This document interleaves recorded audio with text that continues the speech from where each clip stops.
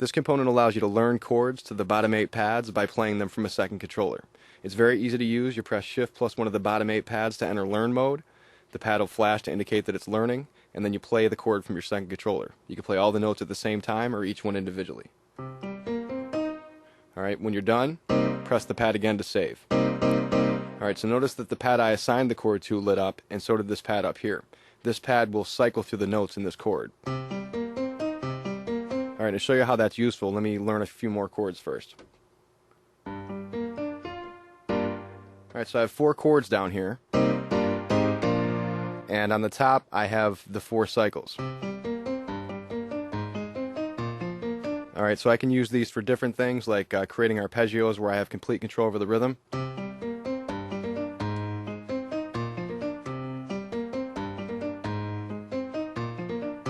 Alright, or I can use them in conjunction with the chords.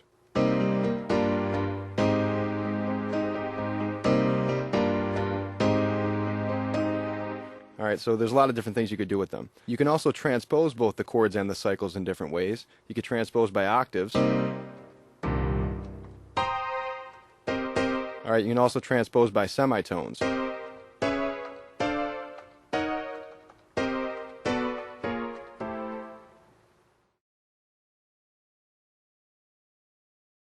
This preset turns the pad control into a 4-track step sequencer. You can switch between the tracks here. For each track you have 3 1-bar patterns to work with, and you have a pattern chain mode where you can chain those patterns together into a 4-bar pattern. But let me just get the sequencer rolling and I'll show you how it works. Alright, right now this track is playing a kick. If I want to switch that, I just basically change the note that it's sending out. Alright, so now it's playing a hi-hat. By default, all the steps that I turned on have full velocity, 127. You can edit that when you first turn on a step. You can edit its velocity. Or if it's already on, you can press Shift plus the step to select it so that you can edit its velocity. In this case, though, I'm going to clear this pattern out and just turn on all these steps here at a velocity of 87. And then I want a couple accented hits, so I'm going to turn these steps on at 127. Alright, so there's one pattern. Now I'm going to use pattern copy to copy this pattern to pattern 2, and then I'm going to make some changes to it.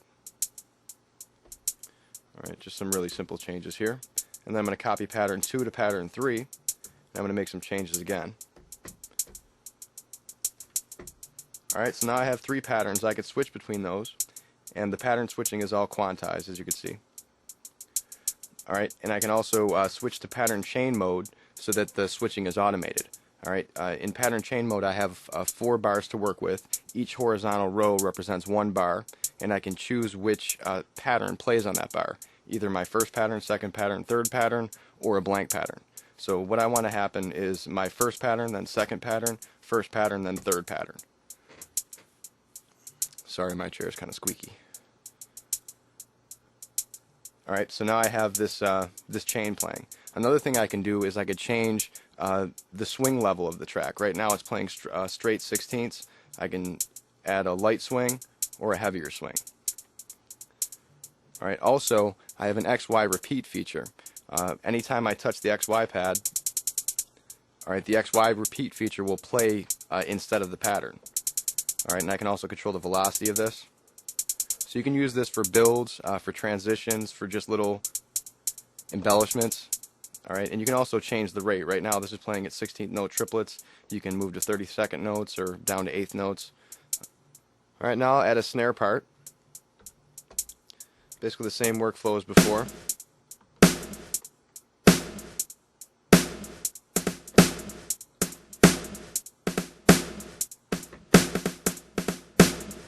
Alright, I'm also going to put this into a chain, and then I'll get working on my kick.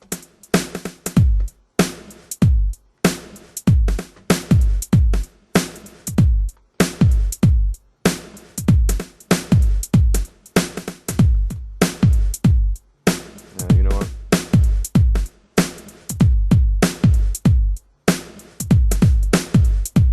Alright, again, I'll put this into a chain too.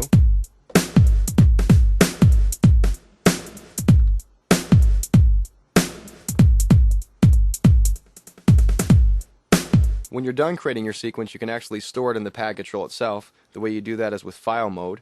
You have two options here, load or save. I'm going to choose save, and then you have 8 locations you can store in. I'm going to store this in location 5. Alright, and now I can recall it anytime I bring up DSQ and I want to reuse it again. To show you that, let me just load up another sequence that I created, which is located in location 2.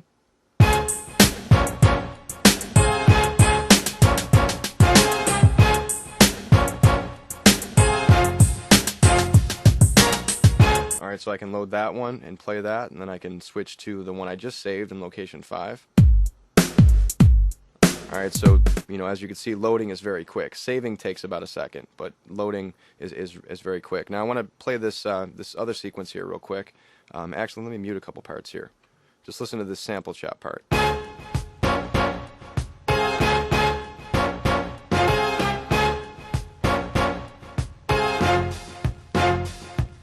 Alright, so one track is playing that, and the way that's done is each step can send one of 8 velocities. Alright, and in my sampler, I set up velocity layers so that each one of those velocities triggers a different sample. So that way, one track can play up to 8 samples.